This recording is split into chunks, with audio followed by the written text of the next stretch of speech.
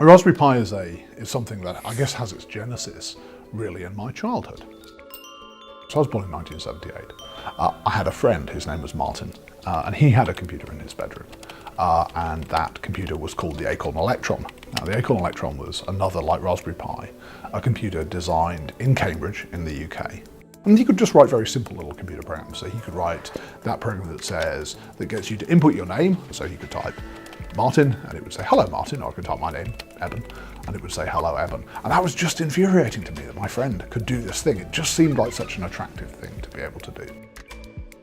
I got a BBC Micro eventually of my own. I bought a second-hand BBC Micro and I had it in my bedroom at home. And I learned to program on it. I would program in the lunch times and the break times at school. I'd program in the evenings at home. So when I went to university, it was the most natural thing in the world for me to decide that I wanted to go to university and study computer programming. And when I arrived in Cambridge, what I found was that the people I was with, my fellow students, almost all of them had that route into computer programming. It hadn't been a matter of learning about computing at school. We all had this hobbyist route into computing.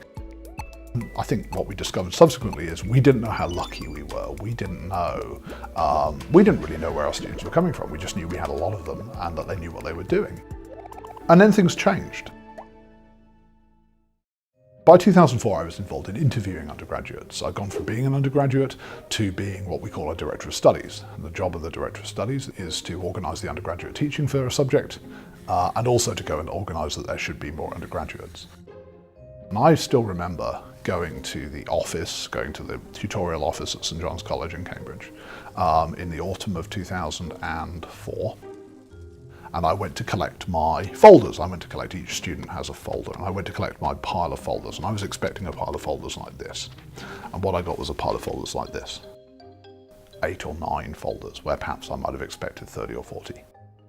And what we came to, over a period of a couple of years, really, there was no moment of blinding insight, but over the course of a couple of years, what we came to realise was that those machines that had been my way into computing, those machines that had been my fellow students' way into computing, they disappeared.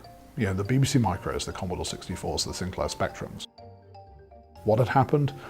The general purpose computers as the platform for computer games had been replaced by games consoles. And this was the first part of what I think has been an ongoing trend. We all carry around in our pockets today machines which are vastly more powerful, our mobile phones, machines which are vastly more powerful than the machines of the 1980s. No one ever bought a games console, no one ever bought a mobile phone and had that be their ladder into engineering and computer programming in the same way that the BBC Micro was for me and for my friends.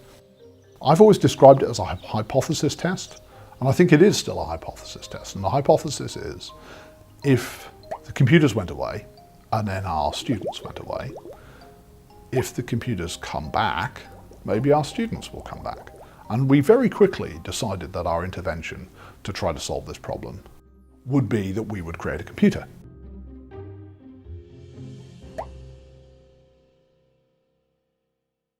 Very, very early on, we settled on 4 things that we wanted this computer to do. We wanted it to be fun, actually. And what does fun mean? Fun means it can play games. Fun means that you can play videos on it. Fun means you can surf the web on it. But that fun should come with a frictionless opportunity to go from pure fun, pure consumption, to creation, to doing something creative yourself. So that was important to us. So what we wanted was a device that could survive the rough and tumble of being owned by a child. Finally, we wanted it to be cost-effective. We wanted it to be cheap. If you're going to ask people to go out and buy a whole special thing in order to participate in computing, it wouldn't make sense if that thing cost hundreds of pounds. We built a bunch of different prototypes. So we started off in 2006 with a device which was actually barely more powerful than the machines from the 1980s. And it was what was attractive about that machine? It was about this size, and you could build it with a soldering iron. It was built on a piece of Veroboard. By 2008, we had a platform which ran Python. That machine also felt deficient, and the way that machine felt deficient was that we had to do everything. If you write your own SD card drivers, your own file system, your own graphics drivers, your own text editor. And so that wasn't going to work for us. But by 2010, we had something that felt much more like Raspberry Pi. What was the big change? We decided we were going to build our platform around Linux.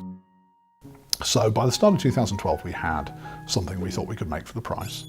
On the 29th of February, we made Raspberry Pi available for sale, and we sold 100,000 Raspberry Pis on the first day. Crashed both our partners' websites, sold 100,000 on the first day. Now, that was 10 years ago. How time flies. What does this mean in terms of our metric? People applying to the university at Cambridge. Well, we've gone from a little over 200 people applying for a little under 100 places, so roughly a ratio of 2 to 1, to over 1,400 people last year applying to study computer science at Cambridge. It's gone from being one of the least competitive subjects to one of the most competitive subjects. So that's a wonderful thing, that single metric. There's something like a factor of 40 performance difference between the Raspberry Pi 4 that we're shipping now and that Raspberry Pi 1 that we shipped back in 2012. And the wonderful thing is that we've been able to deliver that performance increase while holding to the same $35 price point as Raspberry Pi 1. Raspberry Pi was founded with a mission to put affordable computing in the hands of people all over the world. We've made a lot of progress on that in our first 10 years. And really the dream is, by the time we get to our 20th anniversary, that there will be nobody in the world who hasn't had the opportunity to have a low-cost, high-performance, general-purpose computing experience. There we are, Raspberry Pi. Thank you very much.